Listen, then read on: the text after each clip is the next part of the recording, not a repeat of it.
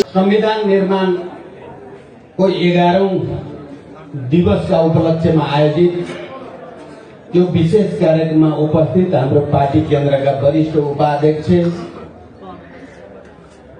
सबै पदाधिकारी र केन्द्रीय समिति का सहयोगता कमरेडहरू र यो कार्यक्रम में उपस्थित विभिन्न तह र तबका सबै कमरेडहरू र मित्रहरू, सबभन्दा पहिला त म 11औं संविधान दिवस को उपलक्ष्य में फेरि एकचोटि शब्दद्वारा महान जनयुद्ध, ऐतिहासिक जनआन्दोलन, मधेस आन्दोलन लगायत भर्खरै जेनजी विद्रोह भनौं या जेनजी आन्दोलन का ती तमाम शहीदहरूप्रति शब्दद्वारा श्रद्धाञ्जली व्यक्त गर्न चाहन्छु।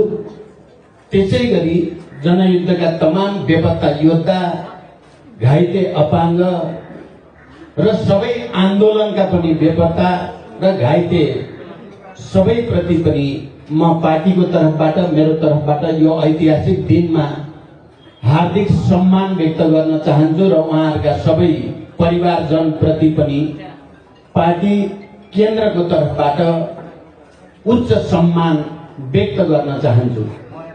र यसमा अझ विशेष गरी भर्खरै जेनजी आन्दोलनको क्रममा शहादत प्राप्त गरेका र घाइतेहरूलाई म विशेष रूपले स्मरण गर्न चाहन्छु र ती शहीदहरूप्रति त हामीले श्रद्धाञ्जली अस्ति पनि व्यक्त गरिसकेका छौं, आज पनि हामीले श्रद्धाञ्जली व्यक्त गर्यौं। ती तमाम घाइते योद्धाहरू, विद्रोहीहरू, ती सबैको शीघ्र स्वास्थ्य लाभको पनि म आजको यो ऐतिहासिक दिनमा कामना गर्न चाहन्छु र उहाँहरूका सबै परिवारजनलाई पनि म विशेष सम्मान पनि व्यक्त गर्न चाहन्छु। कमरेडहरू र मित्रहरू, हामीले 2072 मा संविधान निर्माण गरेदेखि 10 वर्ष पूरा भएर 11 वर्षमा प्रवेश गर्दै गर्दा प्रत्येक वर्षको राजनैतिक परिस्थिति, देशको परिस्थिति केही न केही उतार चढावमय त रहँदै आएको थियो। तर जति बेला हामी यो 11औं संविधान दिवस मनाउँदैछौं, त्यो विशेष रूपले फरक परिस्थिति सहित मनाउँदैछौं। त्यो खास गरी जेनजी आन्दोलनका कारण उत्पन्न नयाँ राजनीतिक परिस्थितिको बीचमा हामीले यो संविधान दिवस मनाउँदैछौं। यही नै यसको मौलिकता पनि हो, यसको भिन्न विशेषता पनि हो भन्ने मलाई लागेको छ। जसरी हिजो देशमा संविधान सभाबाट संविधान बनाउने ठाउँसम्म आइपुग्न झन्डै 70 वर्षभन्दा लामो यात्रा तय गर्नु परेको थियो, त्यस बीचमा थुप्रै सशस्त्र र शान्तिपूर्ण आन्दोलनहरू र मुख्यतः महान जनयुद्ध, त्यसका हजारौं शहीदहरू र बेपत्ता योद्धाहरू, घाइते अपाङ्ग, जेल नेल यातना तमाम चीज सहित हामीले देशलाई संविधान सभासम्म ल्याउन सफल भएका थियौं। आज म जनयुद्धका ती ऐतिहासिक दिनहरूलाई विशेष रूपले स्मरण गर्न चाहन्छु। हामीले जुन महान उद्देश्य, महान संकल्प सहित मुक्ति या मृत्युको शपथ खाएर हामी जनयुद्धमा, एउटा विद्रोहमा हामी होमिएका थियौं। म ती संकल्पहरू र ती ऐतिहासिक निर्णयहरू जसले देशलाई युगान्तकारी परिवर्तनको बाटोमा ल्याउन गोरेटो कोर्यो, जसको पछाडि हजारौं शहीदहरूको रगत, लाखौं लाख जनताको त्याग, तपस्या अन्तर्निहित छ, म ती दिनहरू आज विशेष स्मरण गर्न चाहन्छु। यदि त्यसो हुँदैन थियो, हामीले मृत्यु या मुक्तिको शपथ खाएर निरंकुश तन्त्रका विरुद्ध, सामन्ती निरंकुश तन्त्रका विरुद्ध र वैदेशिक दबाव हस्तक्षेपका विरुद्ध पनि एउटा विद्रोहको हामीले उद्घोष गर्दैनथ्यौं भने अहिले देशमा संविधान मार्फत हाम्रो वर्ग उत्पीडित समुदायले जे जति अधिकार संविधान मार्फत प्राप्त गरेको स्थिति छ त्यो सम्भव हुने थिएन। एक थरी मानिसहरूले त्यसको ऐतिहासिकता, त्यसको युगान्तकारी चरित्रलाई कुनै न कुनै रूपले मिनिमाइज गर्न चाहेका हुन्छन्। एक थरी मान्छेले त त्यसलाई अपमानै गर्छन्। ती हजारौं शहीदहरूको रगत बलिदान हाँसी हाँसी बलिवेदीमा चढ्ने ती महान योद्धाहरूको बलिदानलाई अपमान गर्छन्। अर्का थरी मान्छे मानव जनयुद्ध एउटा सामान्य आतंक मात्रै थियो भनेर त्यसलाई अवमूल्यन गर्ने र यो परिवर्तनमा यसको भूमिकालाई एक थरी मान्छेले त्यति उल्लेख गर्न चाहँदैनन्, बरु त्यसलाई नकारात्मक ढंगले प्रस्तुत गर्ने जमर्को गर्छ। तर ऐतिहासिक तथ्य यही हो कि जनयुद्धको पहल नभएको भए र त्यसमा यो देशका सबै उत्पीडित वर्ग, जाति, क्षेत्र, लिङ्ग, समुदायका मानिसहरूको सहभागिता र सबै समुदायको बलिदान सम्मिलित नभएको भए देश संविधान सभा र संघीय लोकतान्त्रिक गणतन्त्रको युगमा प्रवेश सम्भव थिएन तत्काल। त्यसकारण आज संविधान दिवस मनाउँदै गर्दा त्यसको ऐतिहासिकता र त्यसैको जगमा 7 राजनीतिक दलसँग भएको 12 बुँदे समझदारी र पछि सम्पन्न भएको शान्ति सम्झौता, संविधान सभा र संघीय लोकतान्त्रिक गणतन्त्र सम्भव भएको हो। म सबै कमरेडहरू, मित्रहरू र आम जनसमुदायलाई पनि यो ऐतिहासिक तथ्य र यसको उचाइ, यसको गम्भीरतालाई गहिरो गरी स्मरण गर्न, चिन्तन मनन गर्न र आजको राजनीतिक परिस्थितिमा कसरी अगाडि बढ्ने भन्ने बारेमा त्यसका शिक्षाहरूलाई आत्मसात गर्न विशेष अपिल गर्न चाहन्छु। आज म ती दिनहरू सम्झिरहेको छु। संविधान हामीले पहिलो संविधान सभाबाट निर्माण गर्न सकेनौं र दोस्रो पटक संविधान सभाको निर्वाचन गर्नुपर्ने परिस्थिति विरलै विश्वमा देखिन्छ। त्यस्तै परिस्थिति नेपालमा बन्यो। म अहिले लामो व्याख्या त गर्न चाहन्न, तर म यति त मैले भन्नै पर्ने हुन्छ आज कि संविधान बनाउने कुरा निकै जटिल र चुनौतीपूर्ण थियो। एक थरी राजनीतिक शक्तिहरू परम्परा भन्दा बाहिर गएर संविधान निर्माण गर्ने कुरामा उनीहरूको मत फरक थियो। उनीहरू चाहँदैनथे संविधान सभाबाट संविधान बन्ने र त्यसमा दलित, महिला, आदिवासी, जनजाति, मधेसी, मुस्लिम, थारू सबै उत्पीडित क्षेत्र, कर्णाली, सेती, महाकाली, मधेस लगायतको पहिचान र अधिकार सहितको संविधान बनाउने कुरामा उनीहरूको रुचि थिएन। निकै ठुलो बहस, संघर्ष र जनयुद्धको तागत, त्यसले पैदा गरेको तागत यदि हुँदैन थियो भने अहिले जुन स्तरको संविधान बनेको छ त्यो पनि सम्भव हुँदैन थियो। म त्यति बेलाको पनि एउटा प्रमुख नेतृत्व हुनुको नाताले र शान्ति सम्झौताका एउटा हस्ताक्षरकर्ता हुनुको नाताले पनि र जनयुद्धका हजारौं शहीदहरूको सपना र भावनाप्रति इमानदार भएर, निष्ठावान भएर अगाडि बढ्ने संकल्प सहित निकै धेरै उतार चढावको बीचबाट संविधान घोषणा गरिएको थियो। म त्यो कुरा स्मरण गर्न र स्मरण गराउन चाहन्छु। मैले धेरैचोटि भनेको छु, म आज एकचोटि फेरि भन्न चाहन्छु। अहिले जसले आफूलाई ठुला दल भनेर त्यो अहंकारले आज देश यस्तो भयानक परिस्थितिमा आयो, उनीहरू संघीय लोकतान्त्रिक गणतन्त्रको संविधान जस्तो बन्यो त्यो बनाउने पक्षमा थिएनन्। फेरि पनि संविधान सभा असफल भए पनि कुनै चिन्ता थिएन, म त्यो सम्झिन्छु। र मैले भयानक र विनाशकारी भूकम्पबाट धनजनको भयानक क्षति भएको परिस्थितिमा प्रतिपक्षी दलको नेताको भूमिका भन्दा पनि त्यो भयानक भूकम्पबाट क्षतिग्रस्त संरचनाहरूको पुनर्निर्माण,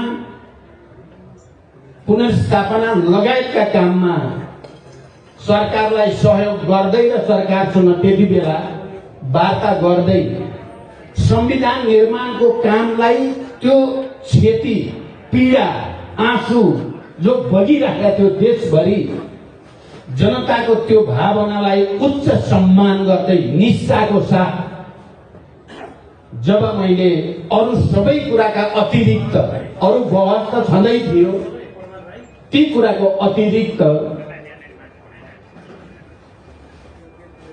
अहिले ठुला भन्ने पार्टीका नेताहरूलाई प्रधानमन्त्री अफर गर्नुपर्ने बाध्यतामा परेको कुरामा आज स्मरण फेरि एकचोटि गर्न चाहन्छु। यदि मैले उनीहरूलाई प्रधानमन्त्री अफर गरेर संविधान घोषणा गर्ने ठाउँमा ल्याइ नपुर्याएको भए के हुन्थ्यो होला?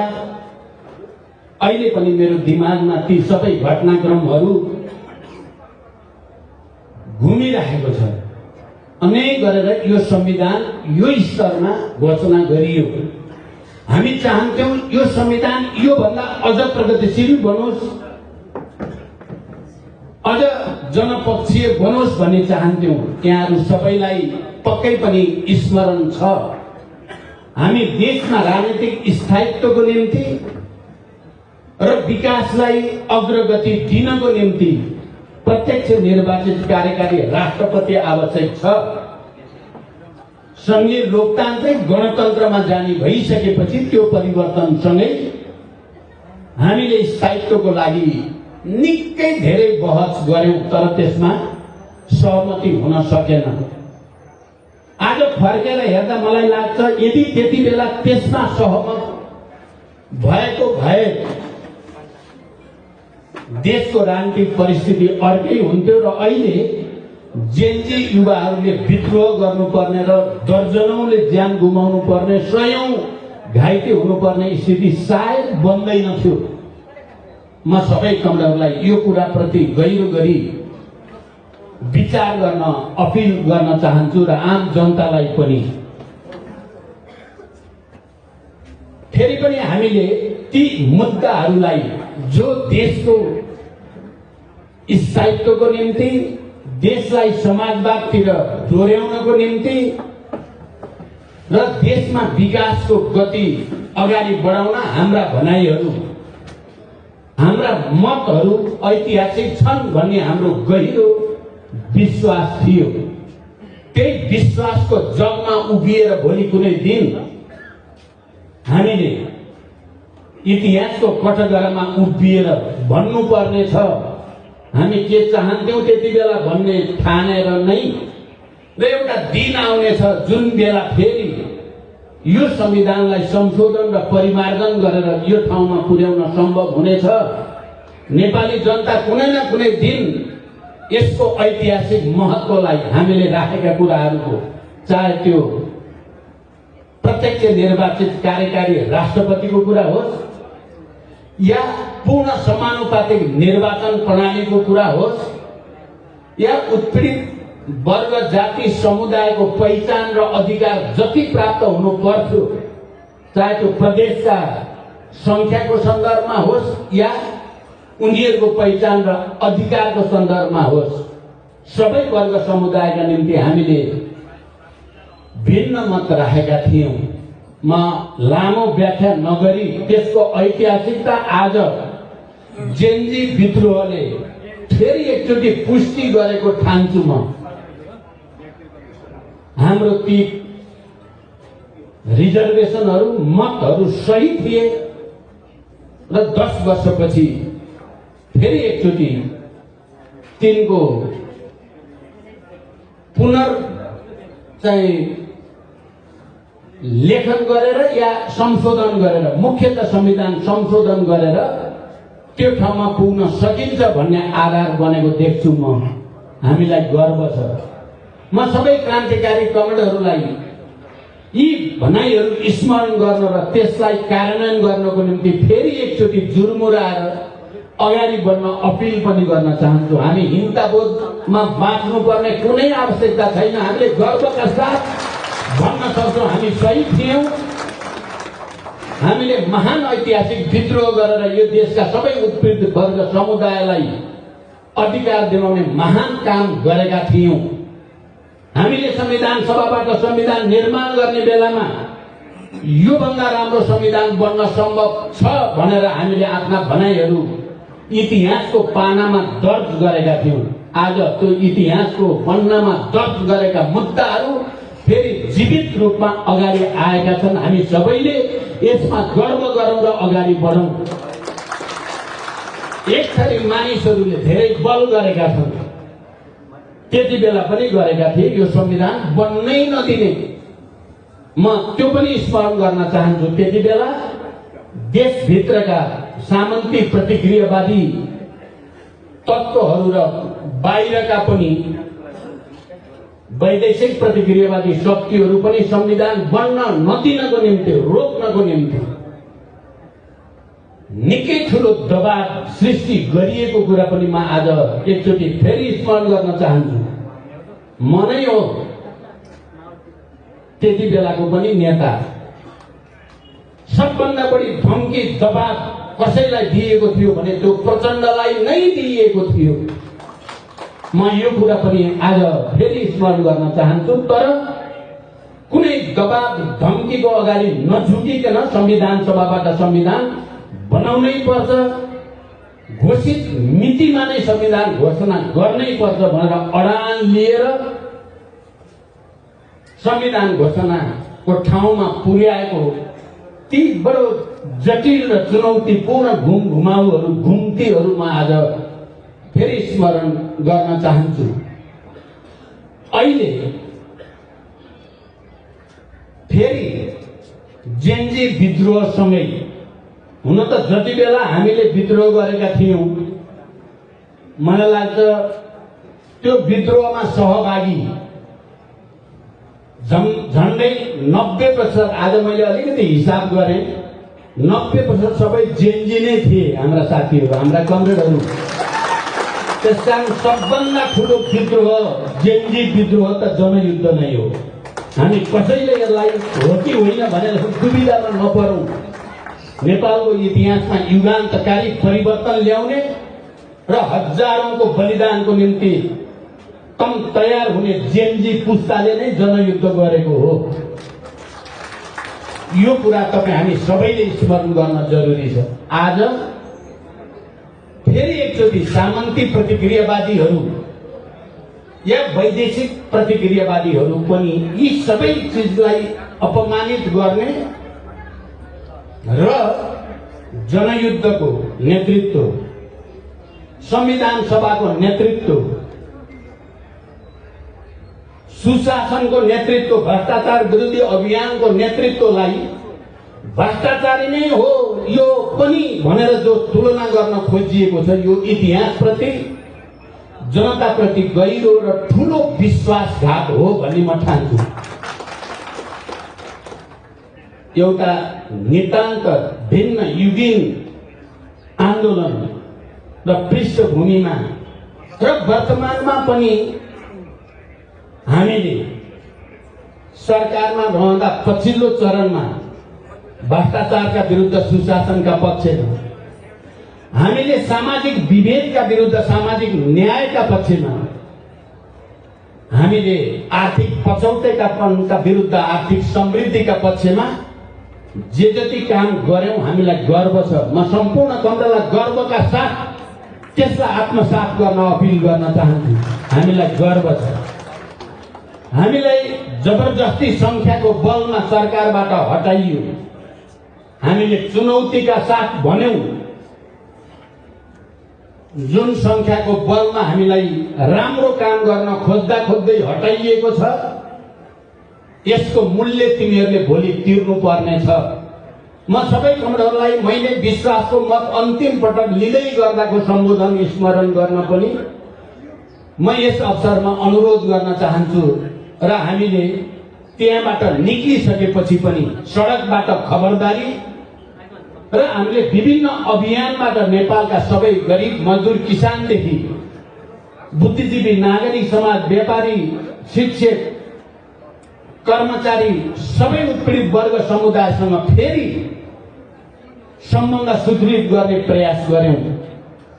सायद हाम्रो पार्टी मात्रै त्यस्तो पार्टी हो जसले यो बीचमा भएका उतार चढावमा गल्ती कमजोरी भयो भनेर पहिलोचोटि केन्द्रीय समितिको पूर्ण बैठकमा आत्मालोचना र आत्मसमीक्षा गरेर यथास्थितिमा पार्टी पुनर्निर्माण गर्न सकिँदैन, हामी नयाँ ठाउँमा जानै पर्छ भन्ने संकल्प गर्ने पहिलो पार्टी पनि नेकपा माओवादी केन्द्र नै हो। गम्भीर आत्मसमीक्षा आत्मआलोचना जनताको अगाडि गएर हामीले अलिकति यो बीचमा कहीँ न कहीँ हामीले हाम्रो विचार, हाम्रो वर्ग, हाम्रा मुद्दाहरूलाई जति दरोसँग समात्नु पर्थ्यो, जनतासँग जति गहिरो सम्बन्ध बनाउनु पर्थ्यो, ती तमाम महान शहीदका परिवार, बेपत्ता योद्धा परिवार, घाइते अपाङ्ग जेल नेल यातना भोगेका परिवार र साथीहरूसँग जुन स्तरको सम्बन्ध बनाउनु पर्थ्यो, त्यो हामीले कहीँ न कहीँ कमी भयो भन्ने आत्मसमीक्षा गरेर नै हामी हुलाकी मार्ग केन्द्रित अभियान र मध्य पहाडी लोकमार्ग केन्द्रित अभियान, उपत्यका अभियान लगायत विभिन्न उत्पीडित जाति क्षेत्र मोर्चाका संगठनहरूलाई पुनर्जीवित गर्ने, विभिन्न जातीय मोर्चाहरूलाई फेरि समाजवादको निम्ति तयार पार्ने उद्देश्यका साथ हामीले सबैका भेला सम्मेलनहरू अगाडि बढाउँदै फेरि एउटा नयाँ आन्दोलनको निम्ति तयारी गर्ने संकल्प पनि हामीले नै गरेको हो। यो कुरा पनि हामी सबैलाई थाहा छ। हामीले जसरी भ्रष्टाचारका विरुद्ध सुशासनका पक्षमा र सामाजिक विभेदका विरुद्ध सामाजिक न्यायका पक्षमा आवाज उठाइराख्यौं, संख्याको बलमा हाम्रा ती आवाजहरूलाई अनसुना गरियो, बेवास्ता गरियो। यति धेरै अहंकार प्रदर्शन ठुला भन्ने पार्टीहरूले गरे। यो अहंकारले कहीँ न कहीँ यी पार्टीहरूलाई भोलि जनताले बढार्छन् भनेर पनि मैले त पटक पटक भनेको थिएँ। तपाईहरुको यो अहंकारको मूल्य धेरै चर्को पर्नेछ। जनतामा आक्रोश दिन प्रतिदिन बढिरहेको छ र यो आक्रोश कहीँ न कहीँ विस्फोट हुन सक्छ। मैले श्रीलङ्काको घटना, बंगलादेशको घटनाको पटक पटक स्मरण गराएको थिएँ। भू राजनीतिको ट्रेनहरू, अन्तर्राष्ट्रिय ट्रेनहरूलाई हेर्न पनि जरुरी छ भनिएको थियो र त्यसैको अभिव्यक्तिको रूपमा जेएनजी विद्रोह भयो। कमरेडहरू र मित्रहरू, जेएनजी आन्दोलनलाई सायद सबभन्दा पहिला मागहरू सही छन्, आन्दोलन गर्ने निर्णय सही छ, आन्दोलन सही छ भन्ने पार्टी पनि माओवादी केन्द्र नै पहिलो पार्टी बन्न पुग्यो। म मध्य पहाडी र हाम्रो टिमै मध्य पहाडी अभियानमा भएकै बेलामा त्यहाँबाट हामीले त्यसलाई समर्थन गरेर पठायौं। पछि आन्दोलनको क्रममा सरकारको तर्फबाट जुन असाधारण नरसंहार, भयानक नरसंहार भयो, ती खबरहरू आइसकेपछि अभियान रोकेर हामी काठमाडौँ आएर तत्काल पदाधिकारीको बैठक बसेर हुन सक्ने जति यो आन्दोलनलाई सकारात्मक निकास दिनको लागि हाम्रो तर्फबाट पहल भयो। हामीले तत्काल प्रधानमन्त्रीले राजीनामा दिइहाल्नुपर्छ भनेका थियौं 23 गते नै।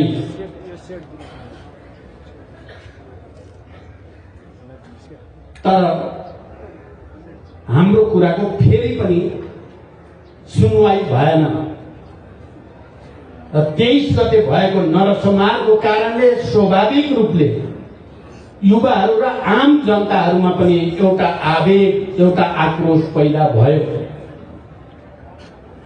सबैलाई थाहा छ, मैले हिजो पनि संविधान दिवसको उपलक्ष्यमा एउटा भिडियो सन्देश मार्फत यी सबै कुरा भनि पनि सकेको छु। 24 गते जे भयो त्यो जेनजीको आदर्श घोषित नीति र माग भन्दा बाहिर त्यहाँ कहीँ न कहीँ भयानक घुसपेट भनौं या भयानक डिजाइनमा विध्वंसहरू मचाइयो। सच्चा जेनजी प्रतिनिधिहरूले भन्दा भन्दै यसो नगरौं, आगजनी र तोडफोड नगरौं भनेको मैले सुनेको छु।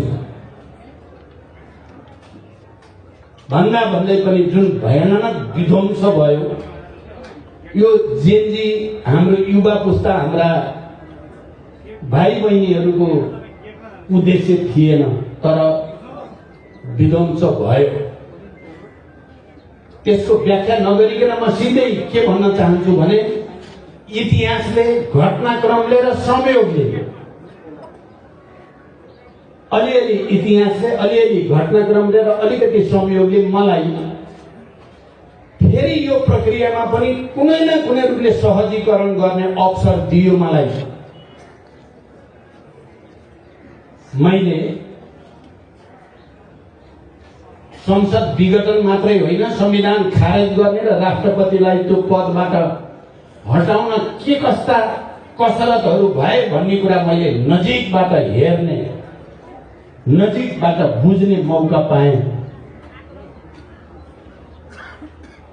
र मैले अन्तिममा यसको हुन सक्ने जति सहजीकरण के हुन सक्छ भनेर रातभर बसेर, रातभर सम्माननीय राष्ट्रपतिजीसँग, प्रधान सेनापतिसँग र अन्य दलका नेताहरूसँग पनि संवाद गरेर अन्तरिम सरकारको अहिले जे रूप देखिएको छ त्यो रूपमा गएर भए पनि संविधान बचाउनु पर्छ। यो संविधान सामान्य कुरा होइन र राष्ट्रपतिको संस्थालाई हर हालतमा बचाउनु पर्दछ। यो संविधानसँग र राष्ट्रपति संस्था र अहिलेको सम्माननीय राष्ट्रपतिसँग हामी माओवादी केन्द्रको पनि निकै ठुलो योगदान रहेको छ। त्यसकारण हामीलाई त्यो भन्ने अधिकार थियो छ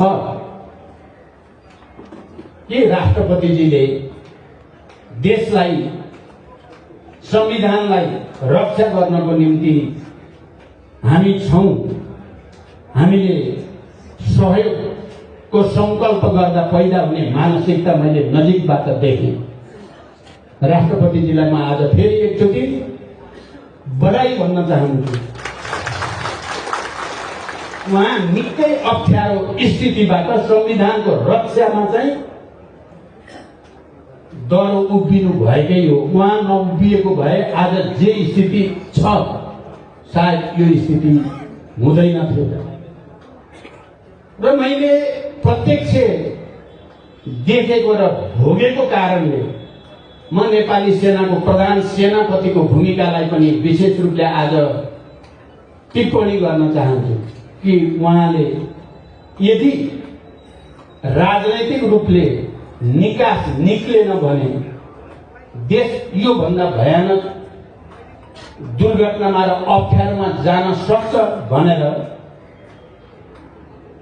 कोशिश गरेको मैले देखेँ। यस अर्थमा मेरो दृश्यमा उहाँ पनि धन्यवादकै पात्र हुनुहुन्छ।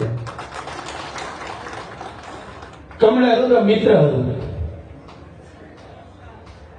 मागको दृष्टिकोणले हामीले पटक पटक भनेका छौं जेनजीले उठाएका मागहरू हामीले 10 वर्ष अगाडि इतिहासमा दर्ज गरेकै मागहरू हुन्। अहिले जेनजी विद्रोह भन्दा 2 वर्ष अगाडिदेखि हामीले तिनै मागको निम्ति अभियान आन्दोलन गरि नै राखेका छौं।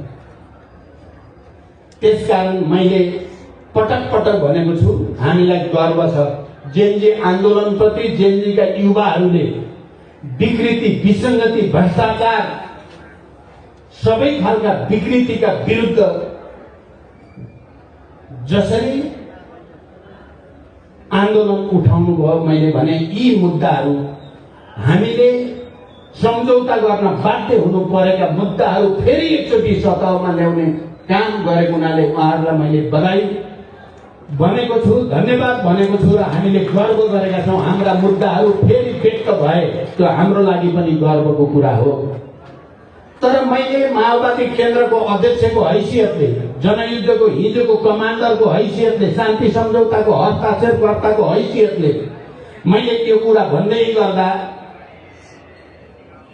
सबैलाई एउटै जालोमा हालेर पुर्ने कोसिस एक थरी प्रतिक्रियावादीहरूले, एक थरी षड्यन्त्रकारीहरूले गर्न चाहेका छन्।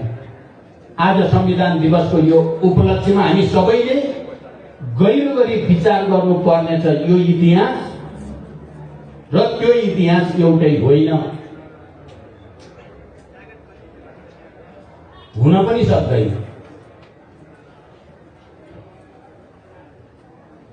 मैले यी सबै कुराका अतिरिक्त अहिले खालि जेनजी आन्दोलन भएका कारणले मात्र होइन, गएको केन्द्रीय समितिको बैठकमा र केही समय पहिले सम्पन्न हाम्रो पार्टी स्थायी समितिको बैठकमा पनि एउटा निश्चित विधि अपनाएर नेतृत्व हस्तान्तरण बारे पनि सोध्नुपर्छ भनेर मैले नै राखेको छु भन्ने कुरा पनि म आज यस ऐतिहासिक दिनमा सबै कमरेडहरूलाई भन्न चाहन्छु। एउटा निश्चित विधि, एउटा निश्चित प्रक्रिया मार्फत हाम्रो पार्टीको ऐतिहासिक विरासत, गौरव, नेपालको इतिहासमा हामीले बनाएको मानकलाई कमजोर नपार्ने गरी हाम्रो पार्टीको एकता, केन्द्रीकरणलाई कमजोर नपार्ने गरी नेतृत्व हस्तान्तरण बारे छलफल हाम्रो पार्टीमा, तपाईहरुलाई यो सुन्दा अनौठो लाग्न सक्छ, पार्टी अध्यक्षको हैसियतले यो बहस अगाडि बढाउनु पर्छ भनेर मैले स्थायी समितिमा भनिसकेको छु। यो विषय अब तमाम कम्युनिस्ट क्रान्तिकारीहरू, हाम्रो पार्टीका नेता कार्यकर्ता सबैले पनि गहिरो गरी त्यो विधि, त्यो प्रक्रिया र त्यो समय बारे सोच्नु पर्नेछ। गलत तरिकाले आफ्नो इतिहास र गौरवलाई, विरासतलाई अपमानित हुने ढङ्गले प्रतिक्रियावादीहरूले फाइदा उठाउने ठाउँ नदिइकन हामीले त्यो काम पुरा गर्नुपर्नेछ र फेरि पनि एउटा नयाँ इतिहास बनाउन सक्ने तागत, सामर्थ्य भएको पार्टी माओवादी केन्द्र नै हो। त्यो हजारौं लाखौं युवा पुस्ता, जेनजी युवा पुस्ताहरूका भावनाहरू, तिनीहरूको त्याग र बलिदान, तिनीहरूको समर्पणलाई सबभन्दा बढी सम्मान गर्न सक्ने पार्टी पनि माओवादी केन्द्र मात्रै हो भन्ने कुरा हामीले प्रमाणित गर्नु छ। कमरेडहरू, हामीले मात्रै प्रमाणित गर्न सक्दछौँ, त्यो हामीले गर्नै पर्दछ। नयाँ ढङ्गले सोच्न सक्ने, सोच्ने राष्ट्रको पक्षमा हिजो पनि र आज पनि एउटा विचार, एउटा प्रवृत्ति, एउटा नेतृत्व जो नेपाली जनताले बनाएको छ, त्यसले नै फेरि नयाँ ठाउँमा पुर्याएर यसलाई पुनर्निर्माण गर्ने जिम्मेवारी हाम्रो छ। म अब अन्तिमतिर आएँ। अहिले देश निकै ठुलो सङ्कटमा पनि छ। जेनजीले चाहेको भन्दा भिन्न ढङ्गले एक थरी तत्त्वले जेनजीको उच्च भावना, त्याग, चिन्ता लाई दुरुपयोग गरेर देशमा एउटा प्रतिगमनको भनौं या प्रतिक्रान्तिको भनौं या देशको राष्ट्रिय स्वाधीनता, नेपाली जनताको आत्मनिर्भरको अधिकार माथि गम्भीर ग्रान्ड डिजाइन सहित हस्तक्षेप भएको सायद आम नेपालीले अब बिस्तारै महसुस गर्दै गएको म देख्छु।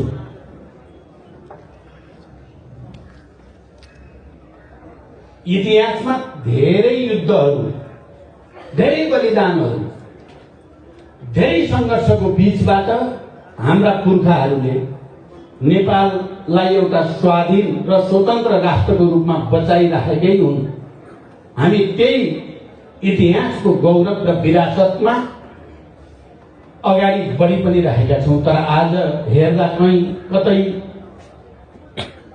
त्यो राष्ट्रिय स्वाधीनता, नेपाली जनताको आत्मनिर्णयको अधिकार माथि नै प्रश्न उठे।